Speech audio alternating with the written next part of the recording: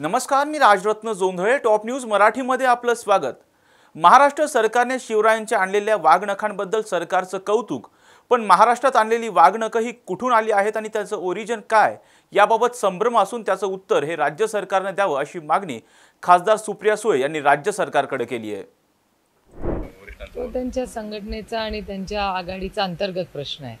सातत्याने मित्रपक्षांवर टीका करणे किंवा अप्रत्यक्षपणे त्यांच्यावर टीका कशी होईल असं बघणे, त्याबरोबर त्यांच्याबरोबर गेलेल्या मित्रपक्षांचं मॉरल डाऊन करणे, असं सातत्याने होताना त्यांच्या दिसतंय. पण शेवटी तो त्यांच्या आघाडीचा अंतर्गत प्रश्न आहे.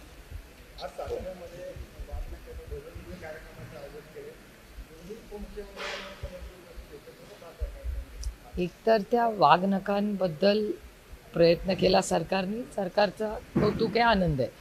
पण इंद्रजित दादा असं सारखे म्हणतात जे की त्यांचं म्हणणं आहे की त्यांना म्युझियममधूनच पत्र आलेलं आहे, जिथून ही वाघनखं आली आहेत त्याच म्युझियमनी पत्र लिहिलं आहे इंद्रजित सावंतांना की ही वाघनखं नक्की ओरिजिनल आहेत का नाही हे माहिती नाही, असं तुमच्याच सगळ्या चॅनलवर मी पाहिलेलं आहे.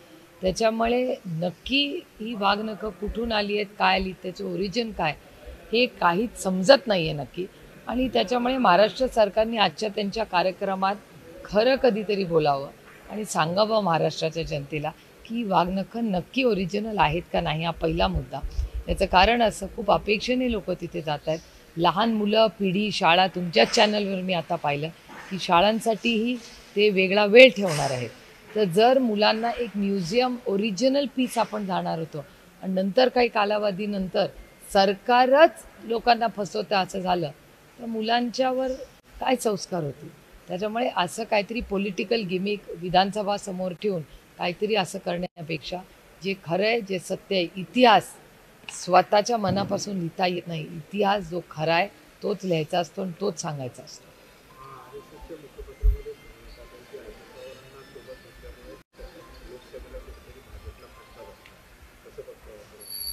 तो RSS भारतीय जनता पक्ष आणि त्यांचा मित्र पक्ष त्यांचा अंतर्गत प्रश्न आहे. कारण सातत्याने RSSच्या मुखपत्रातून अशा घटना येत आहेत, त्याच्यावर आम्ही काय बोलणार. तो त्यांच्या आघाडीचा, त्यांच्या युतीचा हा अंतर्गत प्रश्न. तर हा प्रश्नाचं उत्तर त्यांना विचारायला गेलं. मी कसं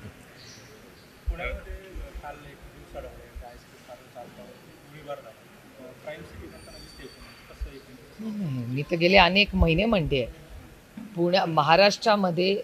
मला आठवतं आधी गृहमंत्रालय देवेंद्रजींकडे असताना पहिल्या 5 वर्षामध्ये अनेक वेळा मीडियातच ऐकायला मिळायचं की Nagpur is the crime capital of Maharashtra. आता एक मोठा बदल झालेला आहे आणि क्राईम तर वाढलाच आहे महाराष्ट्रामध्ये. क्राईम वाढला आहे, त्याचं एपिसेंटर दुर्दैवाने हे पुणे शहर झालेलं आहे. त्याच्यामुळे आज महाराष्ट्राचं क्राईम कॅपिटल हे पुणे होताना असा डेटा दाखवतो आणि तुमच्या सगळ्यांमधले प्रश्न दाखवतो. त्यामुळे दुर्दैव आहे की शिक्षणाचं माहेरघर असलेलं पुणे शहर आज क्राईमसाठी, ड्रग्ससाठी आज राज्यात आणि देशात चर्चेचं आहे. हे पूर्णपणे महाराष्ट्र सरकारचं अपयश आहे.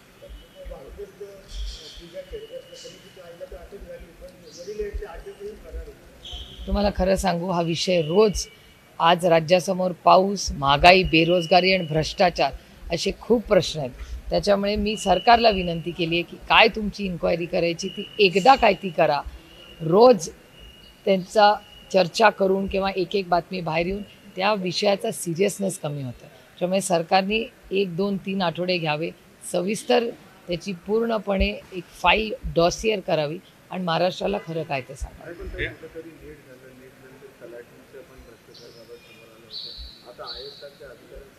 नीट असेल किंवा तलाठी असेल किंवा अनेक भरत्या महाराष्ट्रात होतात, देशात होतात, त्या पारदर्शक होत नाही. हा डेटाच दाखवत आहे ना. नीटच्या परीक्षेमध्ये शेवटी SIT लावावीच लागली. त्याच्यामुळे अर्थातच कॉम्पिटेटिव्ह एक्झाम ज्या पारदर्शक झाल्या पाहिजेत त्या या देशात होत नाही आहे. हे सरकार आल्यापासून हे दुर्दैव आहे आणि ह्याच्या विरोधातच आम्ही पार्लमेंटमध्ये, संसदेत चर्चा मागितली होती, पण चर्चा झाली नाही त्याच्यावर.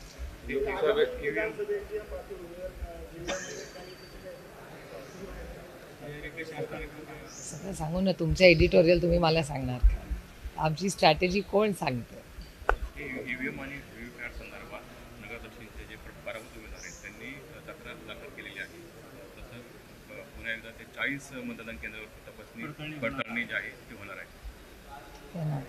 सत्तेमध्ये असलेल्या लोकांनाच सत्तेच्या सिस्टमवर विश्वास नाही, ह्याचं आत्मचिंतन हे सगळ्या सर्वोच्च ऑफिसनी केलं पाहिजे. म्हणजे मला संधी मिळाल्यावर मी माननीय प्रधानमंत्र्यांनाही विनंती करणार आहे की तुमच्याच पक्षाचा माणसाला जर EVMवर विश्वास नसेल तर मग आमच्यासारख्या सर्वसामान्य माणसांनी काय करायचं?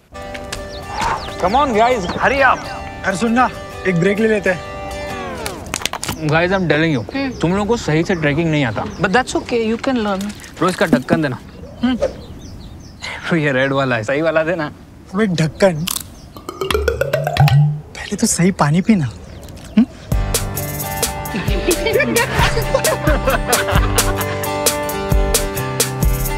Manikchand Oxyrich, proudly Indian.